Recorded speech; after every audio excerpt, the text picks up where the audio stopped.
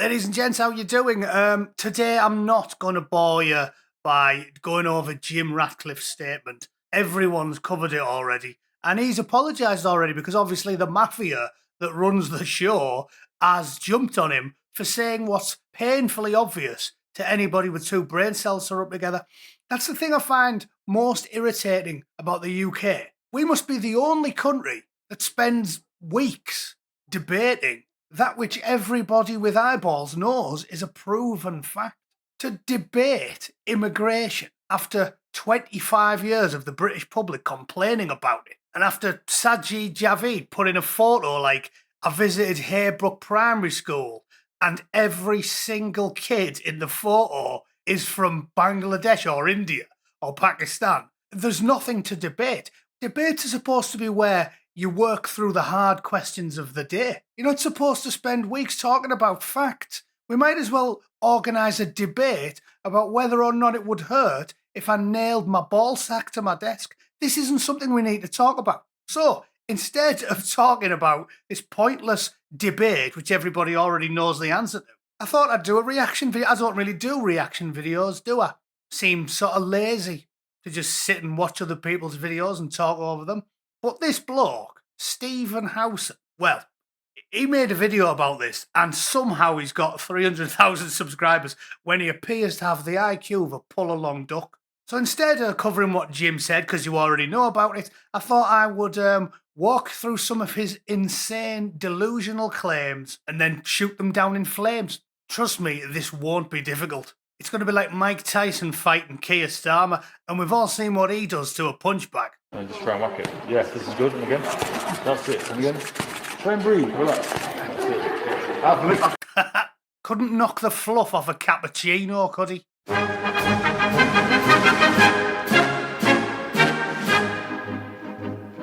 Right then, here we go. This video's drivel. He deleted it off X.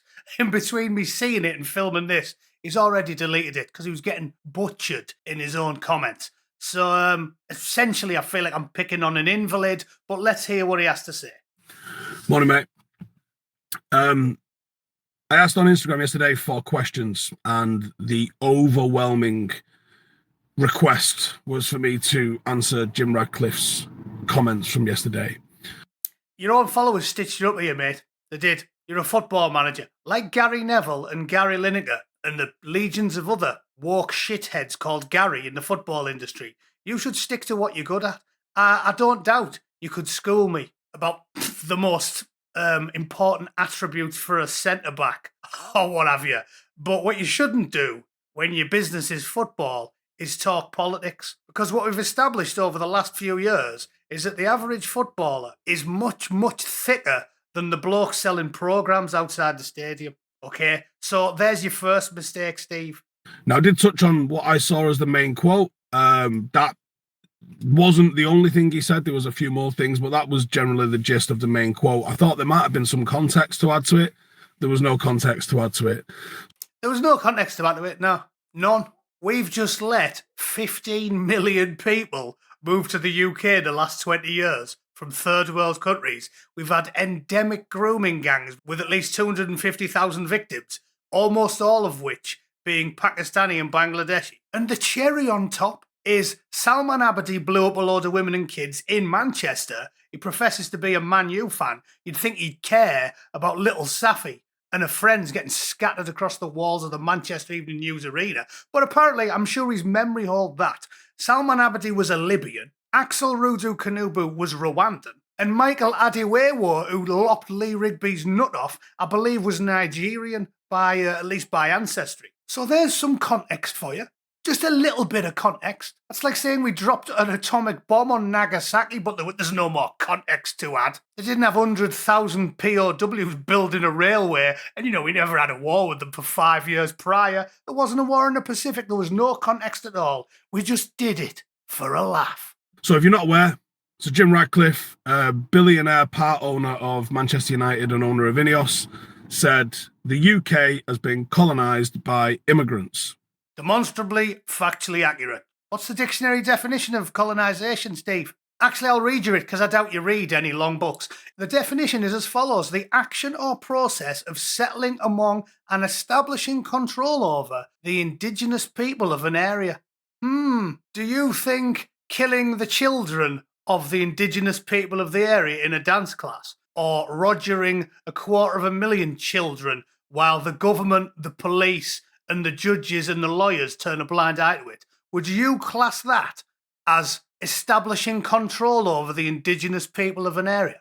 Because I would, yeah. I think if Steve broke into my house in the middle of the night, climbed into my double bed, and then bounced on my shit locker for 20 minutes before donning his trousers, quickly skedaddling and leaving me all crusty and spunky, and then when I called the police, they refused to do anything about it, I'd think my house had been colonised.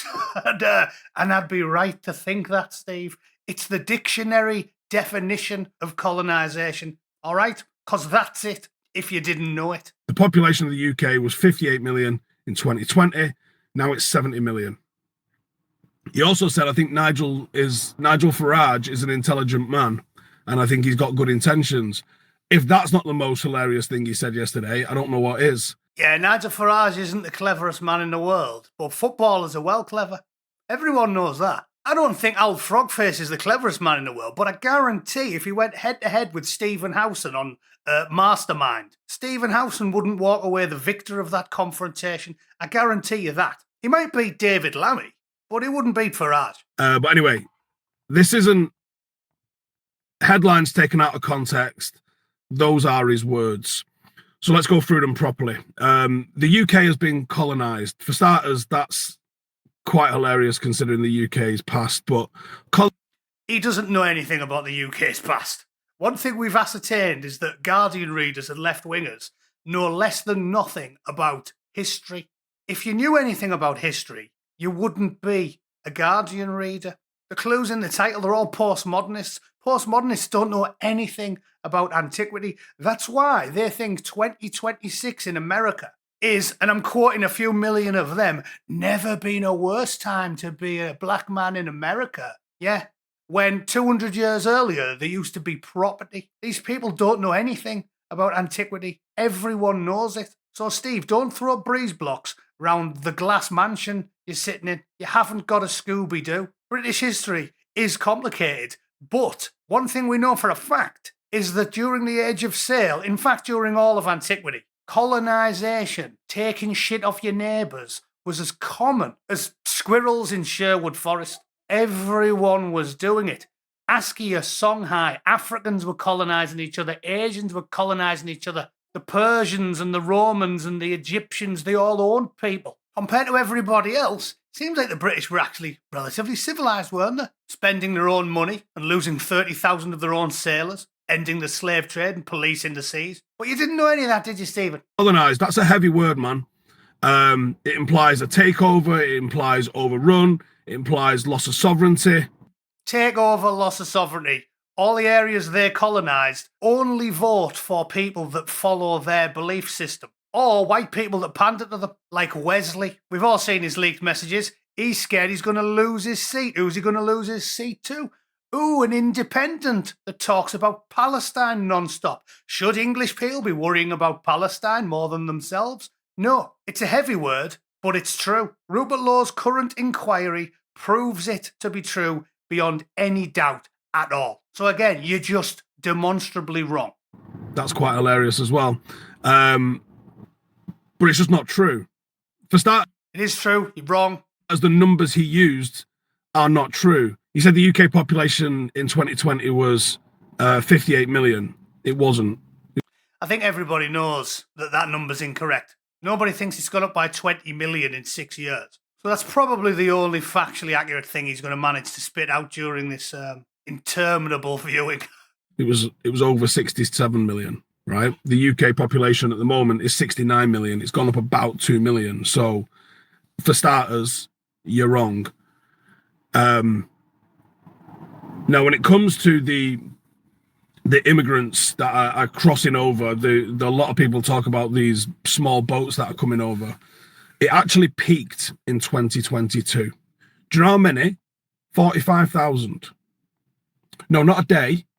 45,000 for the year. On top of the other million that came over via other means. If you think 1 million hairy-ass blokes a year moving in from third world countries isn't a problem, you've never read a newspaper, have you? Not once. Every single day now, every day, there's a main story in the mainstream media who reluctantly cover it because there's so many they have to, where European women and children, and sometimes men, are the victims of horrific crimes by foreign-born men who moved to Europe illegally and got invited to stay by planks like you. The crime statistics are off the scale. Off the scale. What was the one we saw yesterday? 90% of sex assaults in Sweden and Denmark and Norway carried out by foreign men. And what, does nobody think this is a problem? Yeah, well, it's not a problem for you, Steve, because you're not going to get your whiskers involuntarily parted by a 6-foot Somalian fella, are you? No. So you can sit in your car and make shite content like this. Yeah. That was when it peaked. Now, I don't know if it peaked and dipped a little bit or if it peaked and halved. I don't know, right? But the peak of it was 2022. So at most, you're looking at 250-ish thousand people, right? In a country of 67 million people, it's less than half of a tenth of 1%. You can tell maths isn't his strong suit. I think. Like 0.0005 or 6. Yeah. Now, look, if they all arrive in your town, I'm sure you're going to see your ass. I'm sure that's going to feel like a different spot. But spread out across the country, I don't think that's a massive drama. Don't think it's a massive drama, eh? Well, a quarter of UK sex crimes are carried out by foreigners. I think that's a drama. I don't like the idea of innocent women getting victimised by foreign blokes because the British government is about as picky with the people that it lets in as your average smackhead is about where he sources his heroin from. Okay, it's a problem. And if a quarter of sex crimes being committed by foreigners isn't a problem to you, you need to tell me why, because you sound like a sociopath. You can say that that's a strain on the asylum system, and there's a lot of backlog in hotels. There's a lot of rhetoric and talk about migrant hotels. Why migrants in hotels? Because there's a backlog in the asylum system. You know, people are coming over. They're trying to claim asylum. They can get refugee status once they've been processed, but that process takes years. Almost all of them aren't fleeing war. Almost all of them. They're from Morocco, not at war. Algeria, not at war. Pakistan, not at war. India, not at war. They are chancers. Nigeria, not at war. Bangladesh, not at war. The chancers, the thieves, liars and chancers, and people like you are defending them because you refuse to read the broadsheet and educate yourself. Again, I'm not having a pop. I'd be happier if I didn't read the news every day. Maybe I'm an addict. Maybe I like having a rage boner. But what I wouldn't do if I had no idea about the numbers and the problem that's been assailing the British people for 25 years, what I wouldn't do is make a shit video in my car talking about stuff that I clearly have zero idea about. Carry on. For the most part, people get put into hotels. They don't get benefits. They're not allowed to work. What do they live off then? What do they live off? If they get put in a hotel and they don't get any benefits at all, what do they live off? What do they live off? We just read this week. He was caught after buying drinks. What did he buy them with, Stephen, if he's not getting any benefits? Oh, yeah. After he abducted and diddled a 12-year-old, he was tracked down after using his government-funded card to buy energy drinks. Whoa. That's weird, isn't it? They're not getting any benefits, but he's got a government-funded card to buy cans of Red Bull with. Again, read, Stephen. Just a little bit. It's not the nicest of existences. So a lot of the spin, lies, nonsense, it's just not true a lot. It is. It's all true. I've just told you. And it is a nice existence. Living in a 4-star Hilton hotel, not having to work, get up early and go and carry bricks around a building site in the rain whilst being given a government-issued debit card to buy cans with sounds amazing. If you work for a living, it sounds amazing. What would you rather be doing? Carrying bricks on a hod in the snow or sitting in a Hilton drinking Red Bull that said bricklayer has to pay for. Think about it. Of the things that people say about this. It's also quite hilarious because he says, immigrants, okay? Don't you run a football team? Is every member of our football team English, British? Right. Because those are immigrants too, mate. Yeah. They don't come over in a boat, do they? Those immigrants get hired because they've got very, very special skills. Nobody's complaining about immigrants that get hired because they've got very, very, very special skills, because all those immigrants will get jobs almost instantly. They're usually hired because they've got a job. We buy them and then we bring them over. They've got a salary guaranteed before they even arrive. Can you say the same about dinghy divers who occasionally explode or finger people? Can you? No, you can't. Can't just label the ones that you like something else. Yeah, you can. The ones I don't like, Roger people and blow up at pop concerts. I can label them all day long, son. Everybody's an immigrant. Everybody's an immigrant. No, they had. My family was in England for so long, nobody knows where they come from. It's just, where's your dad from? England. And your mum? England. And your grandparents? England, and their grandparents? I don't know, maybe Ireland or Scotland or somewhere, but they're indigenous to the British Isles. Salman Abedi wasn't, and Axel Rudu Kanubu wasn't. What value did we get from importing their parents? What did we get out of it? We already had the music, didn't we? If you like that type of shit.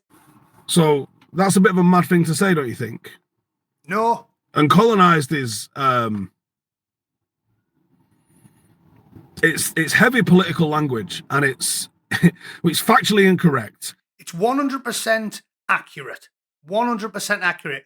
There's a two-tier legal system. So if you insult them, you can get arrested for it. But if they tap 12-year-olds, they get treated with kid gloves. Has any black person ever been arrested for saying something racist? Because about 20,000 English people have. There's nearly 70 schools in the UK that don't have a white pupil. And there's 250,000 kids being diddled, while the government and the police and the judges turned a blind eye to it. And this dopey twat's telling me, oh, no, we definitely haven't been colonised.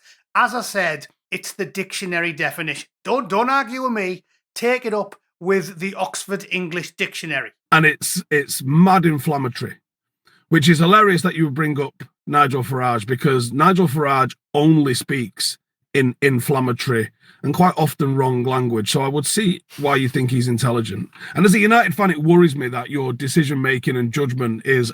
Yeah, you're a United fan, so you'd think you'd care about little girls and women getting blew up at arenas in Manchester, but you don't, do you? You don't. And don't tell me about inflammatory language. Farage isn't the world's greatest orator. He's not making people angry. It's not him that's inflaming tensions. It's the sexual assaults, the theft, the burglary, the robbery, and the explosions that are radicalising people. Don't talk to me about inflammatory language when a Rwandan just stabbed a load of little girls to death.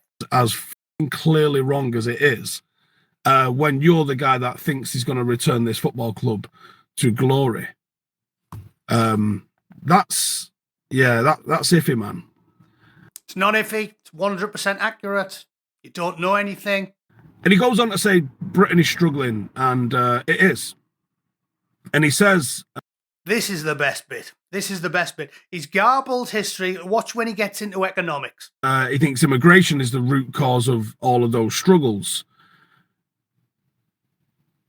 Britain hasn't recovered from the 2008 financial crisis. And when it started to recover, you and your mates hit it with Brexit. Him and his mates. Yeah, you might have heard of this thing, right? We had this thing called a referendum. And like nearly 20 million people, after we debated it at length for years, and we all got a little pamphlet put through our front doors, about 20 million people said, yes, we want to do that. That's called democracy. What do you mean, you and your mates? What do you suggest we do? Ignore 20 million people and do what Steve and all the BBC journalists and the Guardian readers want to do? Really? Wasn't him and his mates, was it? It was a free choice. And we only got the referendum after we argued about it for 20 years. Furthermore, how well are the economies of Europe doing? He's saying this as if Britain's in poverty and France and Spain and Portugal are all minted because immigration's been so successful for them. We're all poverty-stricken. France has got loads of money because they didn't Brexit. Oh, yeah, hang on. Isn't France doing worse than we are? France's finances are in turmoil. Here's how it came to this. That's only AP, though. What do they know? Why France is at risk of becoming the new sick man of Europe. That's only the BBC. What do they know? Why is France's government on the brink of collapse again? It's only Al Jazeera. What do they know? Crisis-prone France sinks deeper into debt quagmire. That's only Reuters. What do they know? You know what we should do? We should get financial advice from footballers in cars. That'll help. And then after Brexit, we got COVID. So these things have just compounded. There hasn't been wage growth in Britain since 2008. And when it just started to look like it was gonna, you slapped it with COVID, which has been the single... You slapped it with COVID, like Farage did it. No, it wasn't Farage in a lab, was it? It was China. Biggest kick in the bollocks to industry in this country. It's like the biggest self-own ever. And then obviously there was COVID and all the government initiatives and borrowing and all the rest of that sort of stuff's going to take in lifetimes to pay off some of that sort of stuff. You know, it reminds me of that meme. You ever seen it where there's like it looks like a construction worker and then a brown fella and it's a billionaire with a pile of cookies saying, "Hey, mate." Yes, we've all seen the brain dead meme, yeah. Memes do not a foreign policy make, Stephen. I'm sorry. Life's not that simple. Hey, he's after your cookie. A billionaire lecturing people on where things have gone wrong. Jim supported Brexit. A very, very vocal, he was called Brexit Jim for a while. A very, very big vocal supporter of Brexit, of taking back control, of reducing immigration, ironically, funnily, Jim, of strengthening British industry. It's done the literal opposite of all of those things. He's copying the American TikTok girls he gets his politics off, isn't he? Literally. And Farage was a big fan of that one as well. Since Brexit, net migration has not collapsed. Difficulties in trading with our nearest neighbours has increased. Like Britain has to import and export loads of stuff to like fucking New Zealand and Australia. I'm sure that's really beneficial for everyone when we can't trade with France. You can see France. We can and do trade with France. They introduced a bit more paperwork. They didn't attach 2,000 aircraft to it and then fly it to Timbuktu. We still trade plenty with France. Jesus. Britain is far more economically weak post-Brexit than post 45,000 fellas on a year arriving on a dinghy in the ocean. Conjecture. The whole of Europe's economies are struggling. Again, just read The Economist. We've got the numbers. France and Spain, the Netherlands, even Germany. The numbers have been tanking since they collapsed the borders and brought in 20 million parasites. The numbers are black and white. We know how much mass immigration is costing us, and it is costing us billions and billions of pounds. Only highly educated professionals are in the green at the end of the year when it comes to income tax and national insurance receipts. This is all hard numbers, black and white facts. Everybody who reads has seen the numbers. The ONS, they don't want to tell you the truth, do they?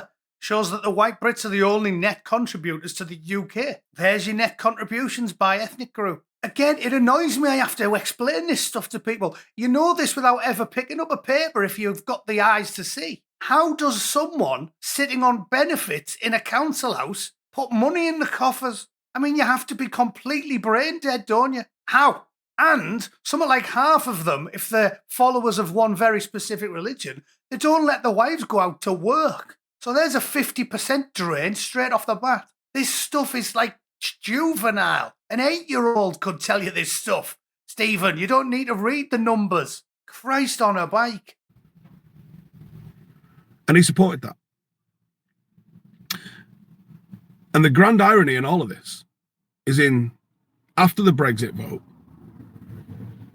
Jim Brexited. He left Britain. Moved to Monaco so he'd have to pay tax. Which is entirely legal to do. But getting on your fucking soapbox and telling regular Britons these poor fuckers arriving on a bastard fridge door are the cause of all your problems, sitting in your ivory tower in Monaco. Not all of them, just most of them. Just most of them. No council houses, immigration. No doctors and dentists available, immigration. No school spots for the kids, immigration. Colossal debt, immigration. Exploding pop concerts, immigration. Rogered children, immigration. Bins overflowing, immigration. FGM, immigration. Acid in the face, immigration. David Amos stabbed to death during a surgery, immigration. How do you want me to go on? I can do this all day, mate. Or are these trivial problems? Are these trivial problems? If there was no immigration, think of this. If there was no immigration, there'd be no 7-7, Borough Market, London Bridge, Emily Jones, Manchester Evening News Arena, Southport Massacre, endemic grooming gangs, or debt crisis. Or debt crisis. I mean, that's enough to be going on with, isn't it? Yeah, we are not better off. Rents are through the roof. Electricity prices are through the roof. Yeah, rents are through the roof. Really, really. You know, you've heard of supply and demand, haven't you, Stephen? You've heard of that. If 20 million immigrants move in and they live in houses, yeah, they don't all live under bridges, do they? What do you think that's going to do to rent prices? What do you think it's going to do? If we got rid of 5 million people overnight, do you think rent would be higher or lower the week after? Answers on a postcard.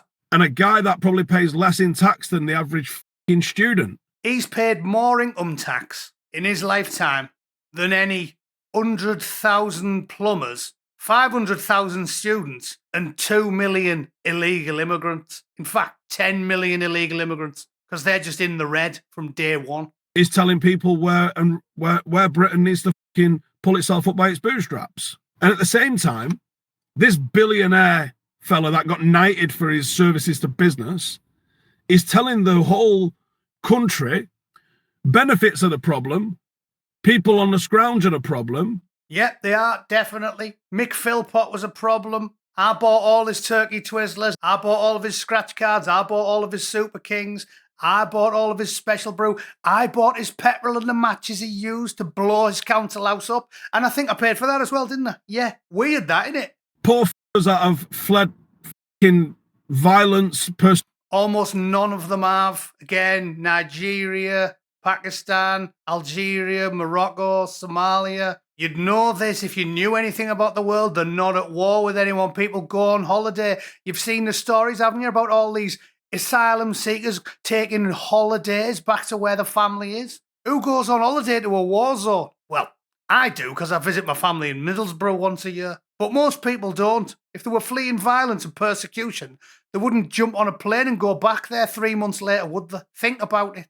Persecution and poverty and war in other countries are a problem. But can I have $2 billion for my stadium, please? He's probably paid more than that in taxes, hasn't he? He's probably contributed tens of billions personally. And he employs thousands of people who pay the mortgages, feed the kids, and pay the taxes because of him, because he creates wealth. He's a billionaire owner who took hundreds of millions to keep one of his factories in Britain going.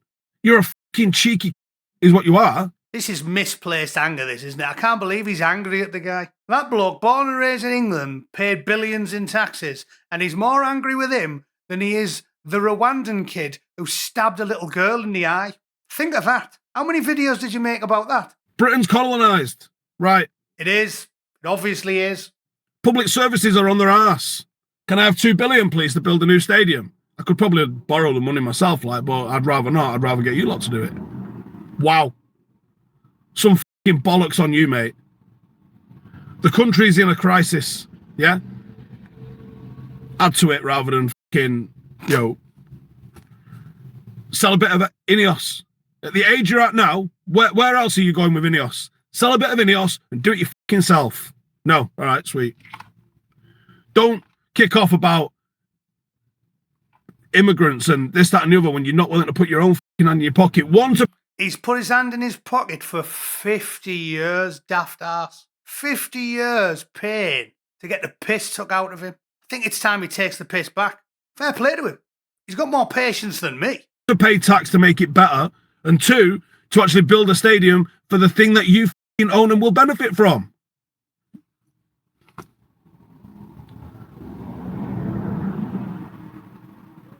Honestly. And yeah, owning a part of Manchester United and saying the things he said. Premier League is the most commercially successful league on earth because it's global. United squad is international. It would still be successful. It was wildly successful in the 90s.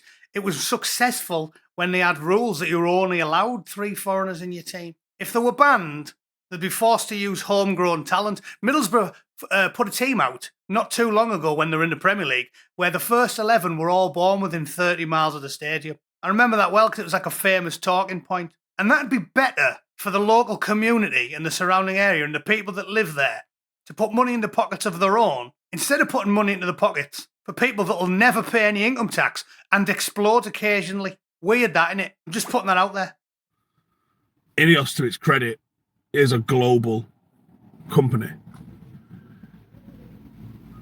But you cannot monetize globalization and then complain about it in a fucking interview. Of course you can. Look at that. He's laughing like he's made a clever point there. We've always had international corporations. If you've got a good product, people want it all around the world. That doesn't mean you go, oh, there's a business selling products in China, therefore open borders. What are you talking about? This is a political choice that our leaders made. It's got nothing to do with global trade. Honestly,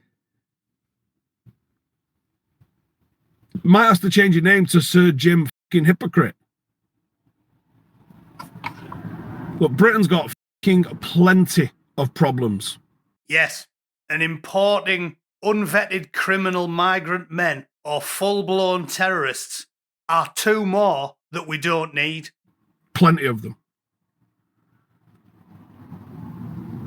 Stagnant wages. We don't fucking make anything anymore, for starters. Lack of housing. Stagnant wages, immigration. Lack of housing, immigration. Getting bummed on energy prices. Well, that's because we didn't build any power plants. Blame Nick Clegg and David Cameron for that one. Trains cost hundreds to go anywhere. And you get stabbed on them. Who's doing the stabbing on the trains again? Blaming that on migrants is... Oh, yeah, those people. Those people. Thanks for answering that one for me. It's actually wild, mate. Actually wild.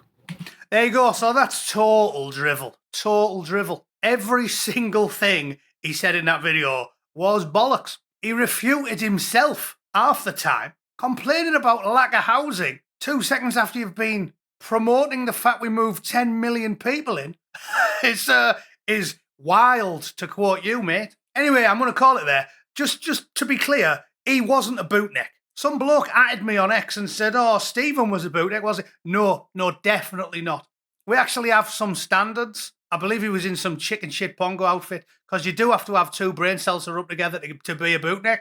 And this fella, unfortunately, hasn't. So, Jim Ratcliffe, as you might expect, because he's a billionaire entrepreneur, is right. And the footballer in the car's wrong. Fancy that. If you disagree and you think he should stick to nuanced, subtle, intelligent, political content rather than, sticking to what he's actually good at, please let me know in the comments down below. Let me know what you think. And if you think I put a foot wrong there and I said something that was irrational, please let me know in the comments. I'd love to hear it.